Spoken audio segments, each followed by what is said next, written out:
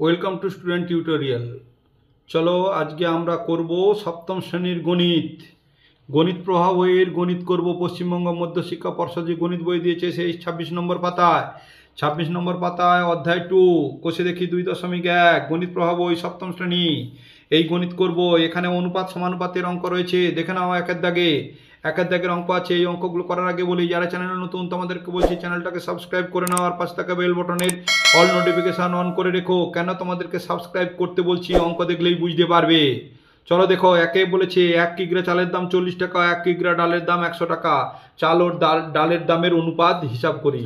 দেখো তাহলে আমি লিখছি, দেখো এখানে লিখে দিয়েছি প্রথমে ক্লাস 7 ম্যাথ পেজ নম্বর 26 কোষে দেখি 2.1। তাহলে আমরা কি করব, চাল ইন্টু ডাল। দেখো চালের দাম লিখতে পারি, চালের দাম অনুপাত, এটাকে ইজডু বলা হয়। এই রকম চিহ্নকে বলা হয় ইজডু। এবার চালের দাম ইজডু, ডালের দাম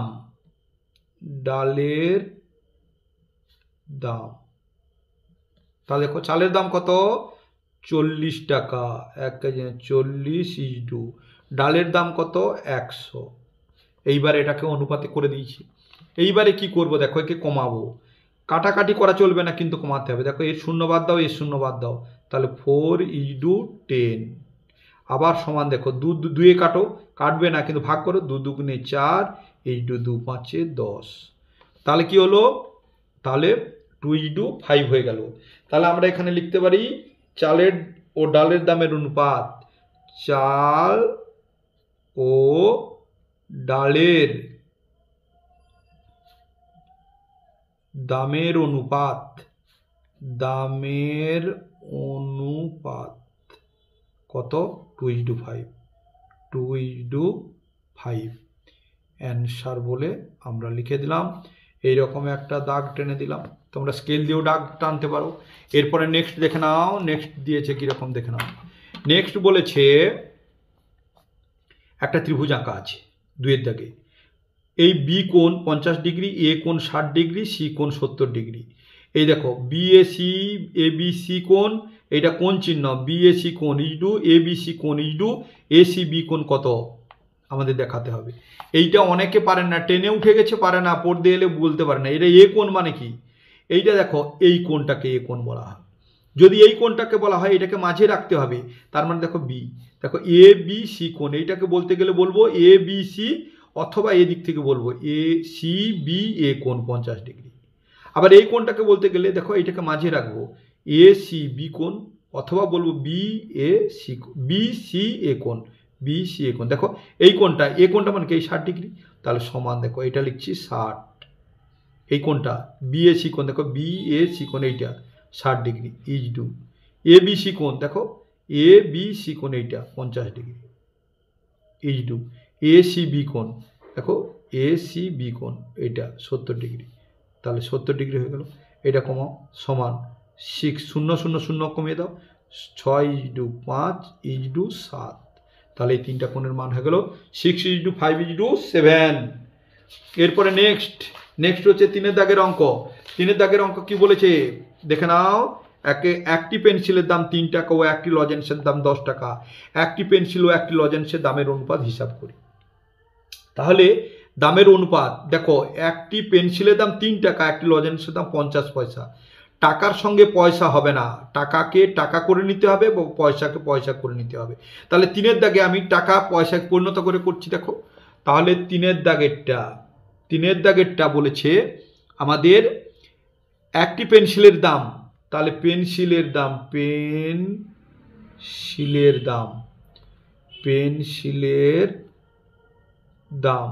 3 টাকা। তাহলে 3 টাকা সমান 3 গুণিতক 100, কারণ 1 টাকা সমান 100 পয়সা। তাহলে 3 টাকা সমান 300 পয়সা। এইটা। এবার পেন্সিলের দাম ইজডু লজেন্সের দাম লিখছি। দেখো পেন্সিলের দাম ইজডু লজেন্সের দাম। তাহলে কি লিখবো, পেন্সিলের দাম 300 ইজডু লজেন্সের দাম কত রয়েছে? লজেন্সের দাম 50 পয়সা। এই কমাও, এই শূন্য বাদ দাও, এই শূন্য, তাহলে কত হবে? 30 ইজডু 5। আবার দেখো 5 আর 0 আছে, 5-এ কাটো, 5 দিয়ে ভাগ করো, 5 × 6 30 ইজডু 5 একে 6 ইজডু 1। কেউ যদি বলে স্যার আমি এই টাকাকে পয়সায় পরিণত করব না, কীরকম করব দেখে নাও। লজেন্সের দাম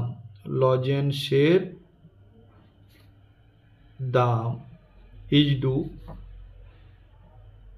ও এটা লজেন্স না, আচ্ছা পেন্সিলের দাম 3 টাকা, লজেন্সের দাম, হ্যাঁ লজেন্সের দাম কত আছে? 50 পয়সা। লজেন্সকে 50 পয়সাকে টাকায় পরিণত করব, তাহলে আমরা 100 দিয়ে ভাগ করবো। দেখো 50কে আমি 100 দিয়ে ভাগ করছি, এই তাহলে কি হবে? এই 5 একে 5, 5 দুগুণে 10। তাহলে দেখো লজেন্সের দাম কি হলো? লজেন্সের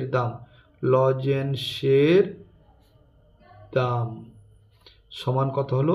1-এর নিচে 2, 1-এর নিচে 2 হয়ে গেল। এইবারে আমরা লিখব কি? পেন্সিলের দাম। দেখো পেন্সিলের দাম ইজডু লজেন্সের দাম,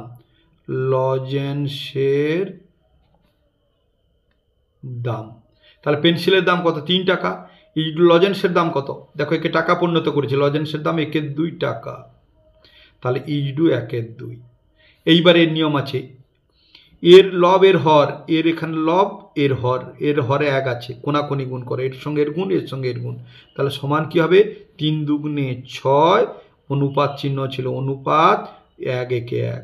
এই দেখো এইটার সঙ্গে এইটা মিলে গেছে। নেক্সট এরকম দাগ টেনে দাও। নেক্সট হচ্ছে 4-এর দাগের অঙ্ক। 4-এর দাগের অঙ্ক দেখে নাও কি রয়েছে। 4-এর দাগের অঙ্ক রয়েছে একটি আধুলি মানে এইখানে করে দেবো, একটি আধুলি মানে 50 পয়সা।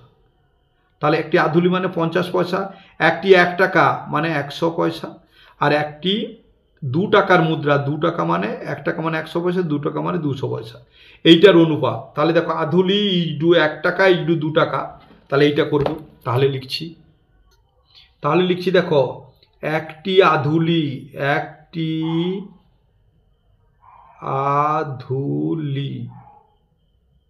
একটি আধুলি সমান 50 পয়সা। এইবারে বলেছি কি একটি আধুলি হয়ে গেল, একটি 1 টাকা, তাহলে একটি 1 টাকা সমান কত? 100 পয়সা।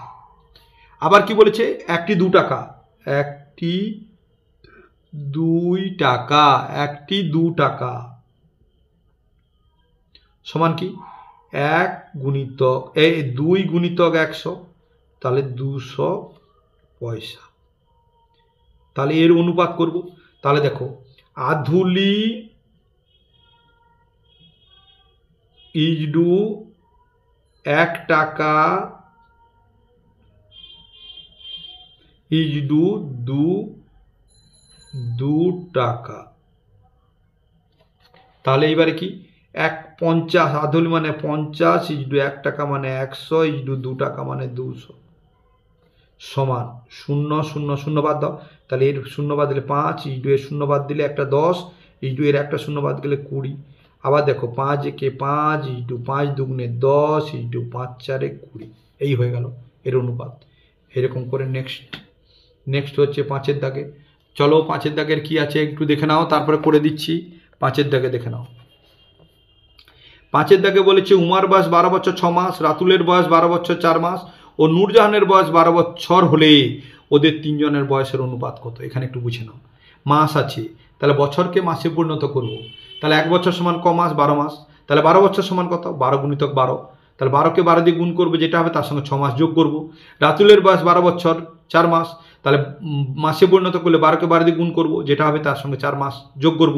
আর নূরজাহানের বয়স 12 বছর, তাকে মাস করব, 12কে 12 দিয়ে গুণ করব, যেটা হবে সেটাই থাকবে। তারপর 3 জনের বয়সের অনুপাত মাসে পরিণত করে নেব। চলো করে নিচ্ছি। দেখো আমি 5-এর দাগে দিয়ে দিয়েছি। তাহলে কি লিখছি? উমার বয়স। দেখো উমার বয়স তাহলে কত? 12 বছর 6 মাস, তাহলে 12 বছর 6 মাস। তাহলে একে মাসে পরিণত করলে সমান কি করব, 12কে 12 দিয়ে গুণ, কারণ 1 বছর 12 মাস, 12কে 12 দিয়ে গুণ, তার সঙ্গে 6 যোগ, এই 6 যোগ, এটা কি হলো, মাস হলো। তাহলে সমান কি লিখবো, 12কে 12 দিয়ে গুণ করে দাও, 144 হবে। দেখো 12কে 12 দিয়ে গুণ করছি, 2 দুগুণে 4, 2 একে 2, 0, 1 2 এ 2, 1 একে 1, তাহলে 4 4, 2 2 যোগ করলে 4 1, 144। তাহলে 144 আর তার সঙ্গে 6 যোগ, তাহলে সমান কি হবে, 144-এর সঙ্গে 6 যোগ করলে, দেখো 144-এর সঙ্গে 6 যোগ করলে 6 4 10-এর 0 হাত হলো 1, 5 4 একে 5, 150। তাহলে কি হলো, 150 মাস। উমার বয়স 12 বছর 6 মাস মান উমার বয়স, তাহলে কত হলো, 150 বছর। এরপর এগুলো রাতুলের বয়স, রাতুলের বয়স 12 বছর 4 মাস। তাহলে সমান কি লিখবো, 12 গুণিতক 12 যুক্ত 4 মাস সমান কি হবে, 12কে 12 দিয়ে গুণ করলে 144, তার সঙ্গে 4 যোগ, তাহলে কি হবে, 144 সঙ্গে 4 যোগ করলে এখানে করে নেবে 144, তার সঙ্গে 4 যোগ করে দেবে, 4 4 8, 148 হয়ে যাবে। তাহলে 148 কি মাস, 148 মাস। এরপরে নূরজাহানের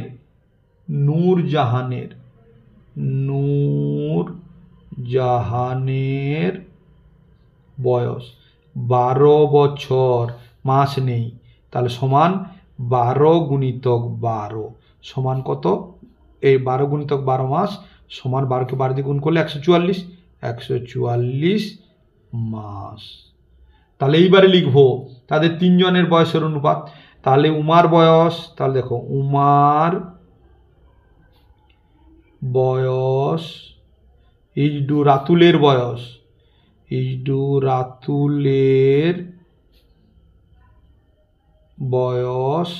ইজডু নূরজাহানের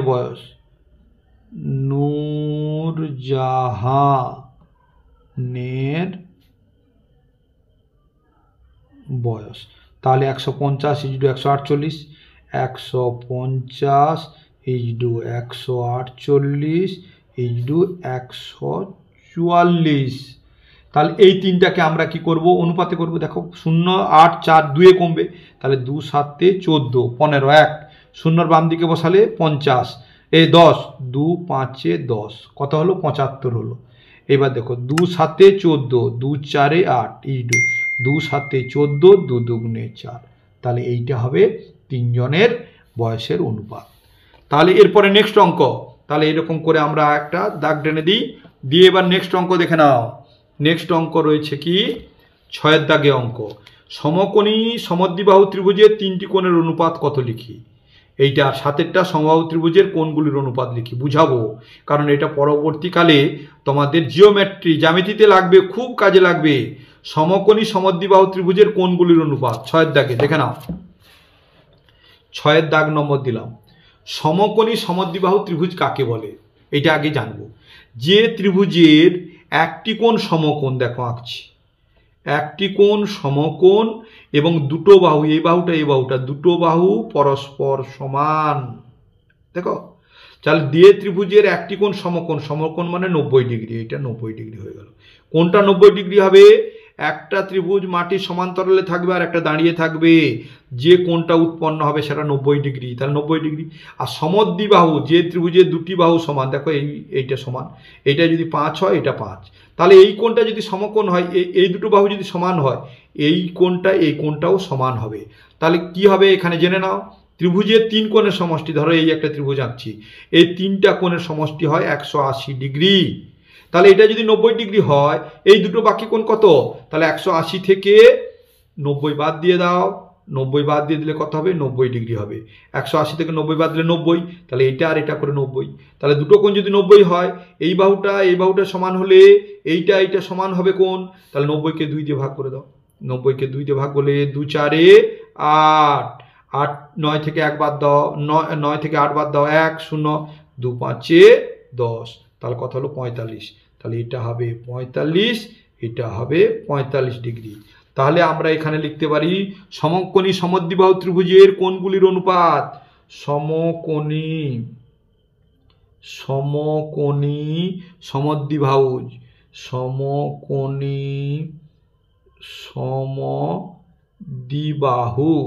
সমদ্বিবাহু ত্রিভুজের কোণগুলির অনুপাত।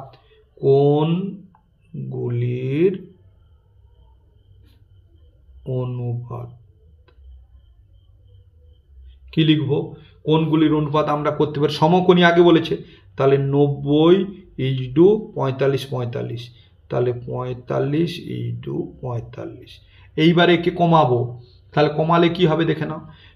5 দিয়ে কাটবে, কমবে, দেখো সমান 5 একে 5, 6 7 8 9 4, শূন্যর বাম দিকে 4 বসালে 8, 5 8 40 ইজডু, আবার দেখো 5 9 45 ইজডু 5 9 45, আবার দেখো 9 দিয়ে কমিয়ে দাও, 9 দুগুণে 18 ইজডু 9 একে 9 ইজডু 9 একে 9। তাহলে সমকোণী সমদ্বিবাহু ত্রিভুজের কোণগুলির অনুপাত কত? 2:1:1। এইরকম আমরা করে দিলাম, এখানে অ্যান্সার বলে লিখে দিতে পারো। দিয়ে এইরকম নেক্সট অঙ্ক, 7 দাগের অঙ্ক দেখে নাও। 7 দাগের অঙ্ক কি রয়েছে? 7 দাগের বলেছে সমবাহু ত্রিভুজের কোণগুলির অনুপাত কত।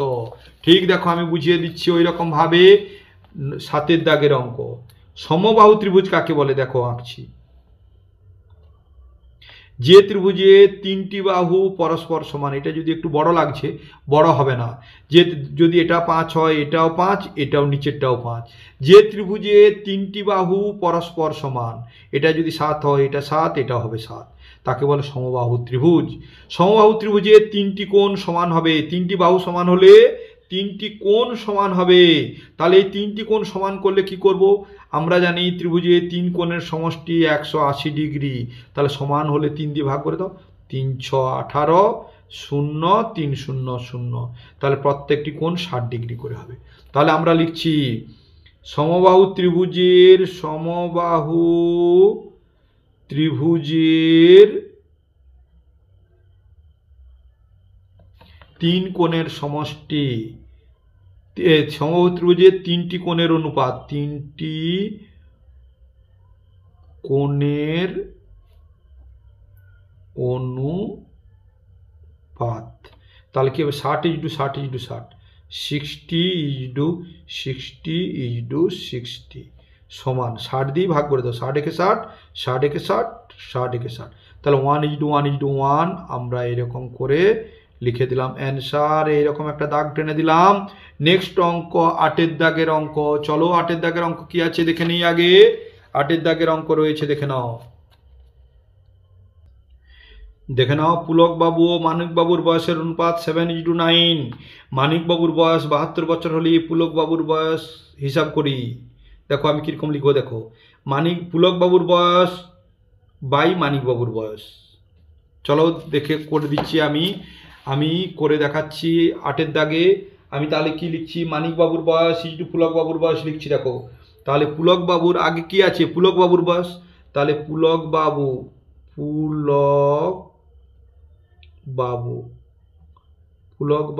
বয়স বাই মানিক বাবুর বয়স, মানিক বাবুর বয়স সমান কি আছে? 7:9, তাহলে 7-এর নিচে 9 লিখলাম। এইবারে দেখো কার বয়স দেওয়া আছে, এই দেখে নাও, পুলক বাবুর বয়স ও মানিক বাবুর বয়স হলো 7:9, তাহলে পুলক বাবুর বয়স বাই মানিক বাবুর বয়স সমান 7-এর নিচে 9। এইখানে আছে, এই যে কথাটা বুঝে নাও, এটা পুলক বাবু মানে এইটা, আর মানিক বাবু মানে এইটা তার বয়স। মানিক বাবুর বয়স 72 আছে, যেখানে মানিক বাবু লেখা আছে সেখানে 72 বসিয়ে দেবো। দেখে নাও মানিক বাবু কোথায় আছে? এখানে, তাহলে বা দিলাম, বা দিয়ে পুলক বাবুর বয়স এই জায়গাটাতে আমরা মানিক বাবুর বয়স লিখে দেবো। তাহলে পুলক বাবুর বয়স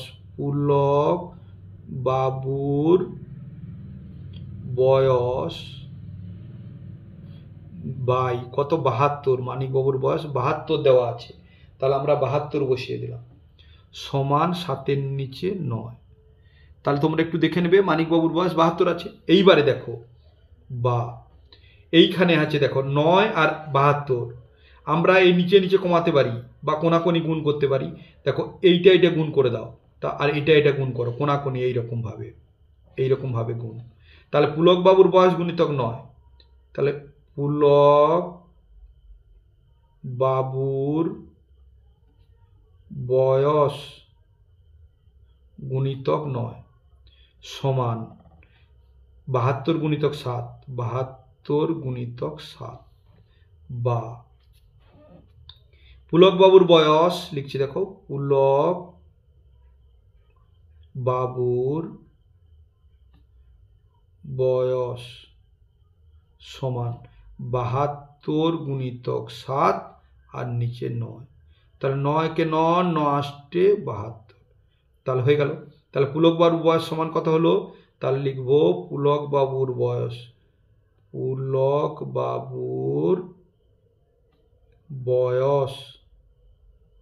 সমান 8 7 56 বছর।